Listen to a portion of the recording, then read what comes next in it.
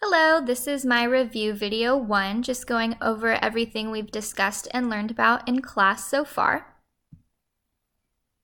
So the first thing we discussed was our why and our journey. So kind of thinking about why do we want to become English language arts teachers and keeping that in mind as we move forward through this pretty tough program.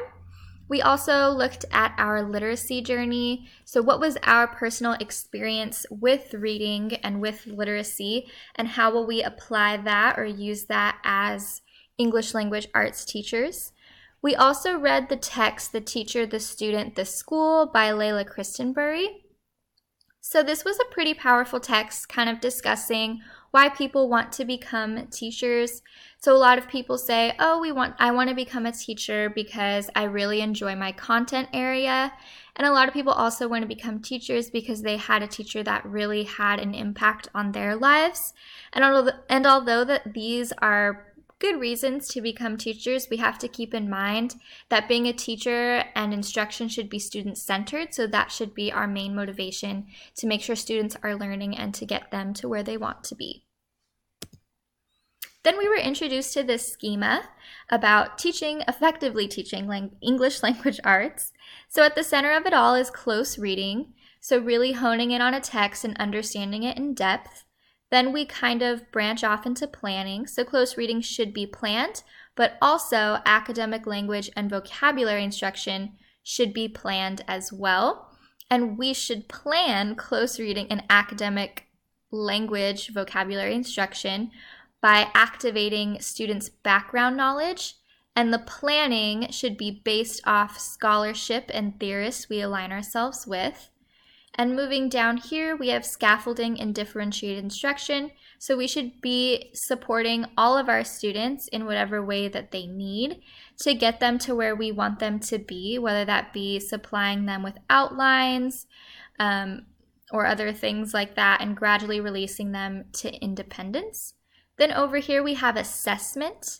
And if you notice, the only assessment listed is a writing prompt. And the reason it's a writing prompt is because through writing is the best way to demonstrate that a student understood what was closely read versus a multiple choice test.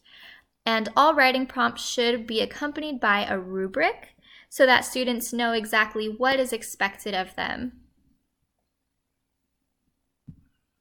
So the first thing we addressed in that schema was close reading. And we read A Close Look at Close Reading by Beth Burke, which was an extremely helpful text in my opinion. So she went over, okay, what should we be close reading with students? Also, what makes a text complex and worthy of that close reading?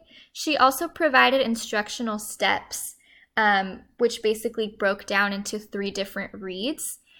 Additionally, she went over scaffolding and how we can scaffold students in close reading.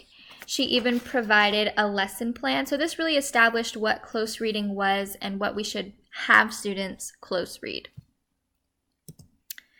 Moving on to another branch of the schema, we have academic language and vocabulary instruction. And we read 3 different texts regarding this. We read Feldman and Kinsella, Bromley, and Burke's Chapter 7. I really aligned myself with Feldman and Kinsella. I loved this text. I put it in my teacher toolkit. So I thought it was super clear with, okay, what type of academic language should we not be teaching, or how should we not be teaching it, and how we should be teaching it. So kind of what works and what doesn't work. So what doesn't work was the traditional methods of oh, just look that up in the dictionary, which I personally hated doing as a student. So adding on to that, Feldman and Kinsella also provided a very clear model for vocabulary development, which I used in my unit plan a lot. It kind of went over how we should be teaching vocabulary directly, and how to get students to interact with their vocabulary words in multiple ways so that they can completely understand them and be ready to use it not only in our class, but as they move forward in their academic careers. Last thing we have done, we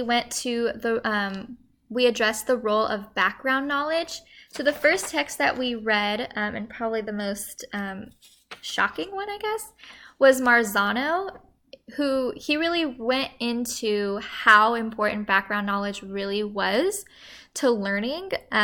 I definitely knew background knowledge was important, but I didn't think, like, he claimed it was the key indicator of student success, which I didn't think background knowledge was the key indicator of student success, but I am definitely convinced. I also really aligned myself with Gallagher's A Deeper Reading by Gallagher. So Gallagher really established how before you shouldn't cold read. So before a read, we should be talking about the topic and having students relate their personal experiences to this topic so that when they go into the reading, they're not just going in blind. They're going in with a preconceived notion of their opinions and their experiences, which he claimed encourages students to enjoy the reading a bit more as well. So yeah, that was who I aligned myself mostly with background knowledge, and that's kind of an overview of everything we've done.